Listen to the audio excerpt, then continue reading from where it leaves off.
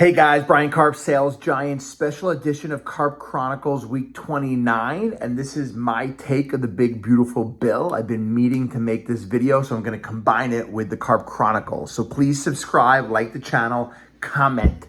All right, so Donald Trump's big, beautiful bill.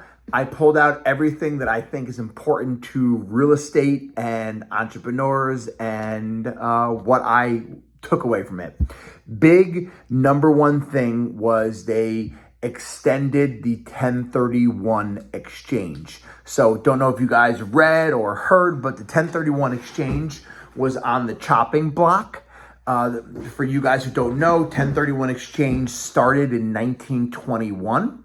The United States of America is the only country that has a 1031 exchange. And for you who don't know what they are, it allows you to sell a piece of investment real estate and you do not have to pay any tax on your gain. The Karp family have done 5 of them successfully. That's not for my clients. I've been involved in several with my clients, but that's personally. So that's been one of our main tax strategies is we buy real estate and the only time we sell real estate is to exchange it into a better producing asset. We don't ever sell property to cash out. We sell property and roll the gains into a bigger, better property. And for you guys who don't love the United States of America or don't appreciate it sometimes, this is the only country.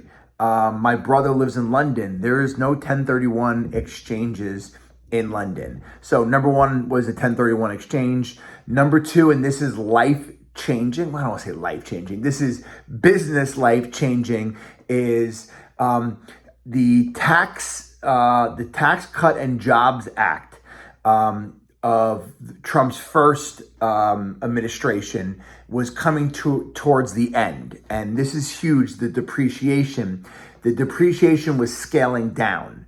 So, and I'm going to come full circle with this for you guys who don't understand it. You're allowed to use 100% of bonus appreciation and there is no sunset period. So let me break this whole thing down for you guys.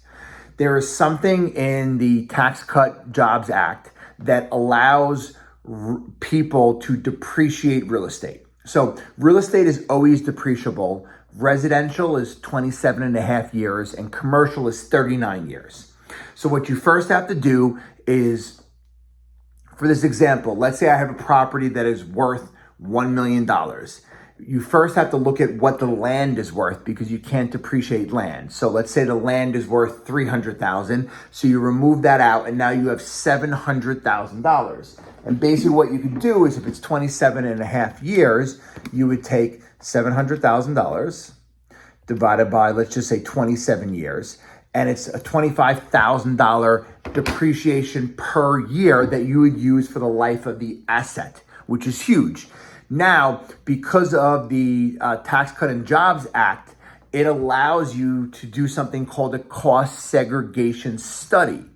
We have done probably close to a dozen personally, and my syndication, we've done one and we're doing another one this year. What it allows you to do is instead of having to use $25,000 a year, that's $700,000. I'm able to take all of those losses in year one.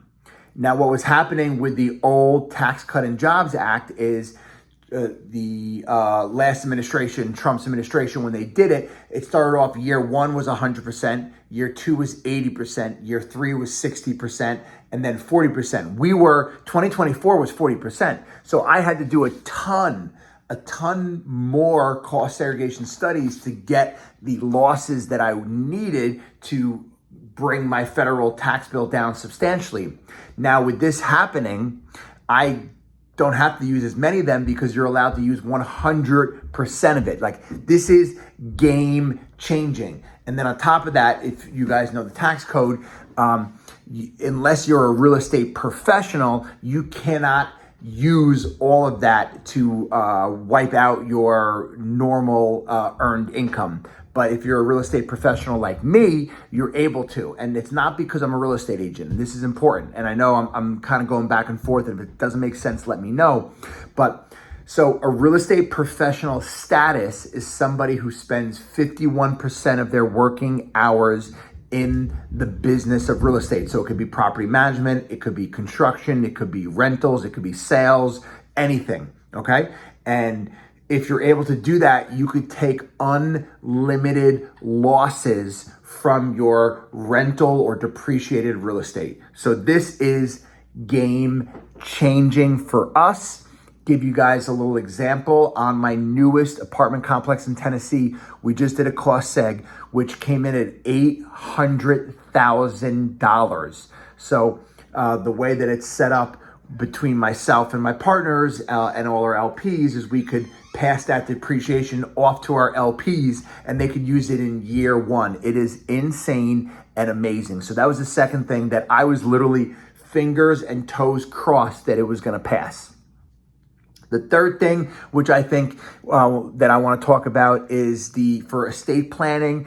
Prior to this new tax bill, single individuals could only pass on $15 million worth of assets, and then they would have to see a estate tax. Now they moved it up to $30 million per person. So I think that's important. I know not all of us are in the position where that matters, but not all of us are thinking about the next generation, but I always am, right? What I'm building here today is going to be passed on. So to me, that was a very important piece of the puzzle, right? You know, it was prior to that, I think it was 7 million. So what would happen is I'm married, so Jessica could have $7 million worth of real estate. I could have $7 million worth of real estate, and we could pass that on. Now it would be 30 and 30, which is tremendous. That means I would have to have a $60 million net worth before I would have to see state tax. And then the fourth thing that I think is really important is opportunity zones were extended.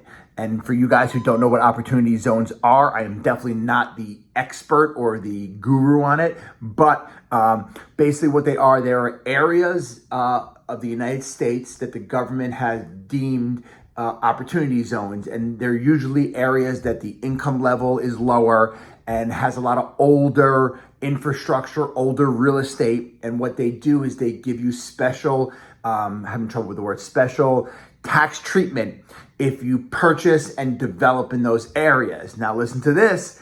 Do you know who owns a piece of real estate in an opportunity zone? We do. Our first Tennessee multifamily, which is in Dyersburg, is in an opportunity zone. Now the way opportunity zones work is if you hold the property for at least 5 years, instead of having to pay capital gains on whatever your appreciation is, you actually get a 10% wipe away on that. And if you hold it more than 10 years, you pay zero capital gains. Capital gains is on what your profit is, right? So let's say we bought our apartment complex in Tennessee. My son Brock's throwing lacrosse balls, and now I'm gonna have to yell at him. And let me finish this video because I've told him 300 times not to throw lacrosse balls. He almost scared me. So let's say we sold the Tennessee, the piece of real estate. We bought it for $3 million. We put another $1 million into it. We're into it for $4 million. We ended up selling it for $6 million. The $2 million would be our gain, right? That would be what we made, our appreciation. That would be what would be up for capital gains tax. If we held it 10 years, we would pay 10 years in one day, we pay zero capital gains. So these are the four things that I think were so important in the big, beautiful bill. And that was Karp Chronicles week 29. I got so much good stuff going on real estate wise. So if you guys want to hear about it, let me know and maybe I'll make a separate video, and have a great week.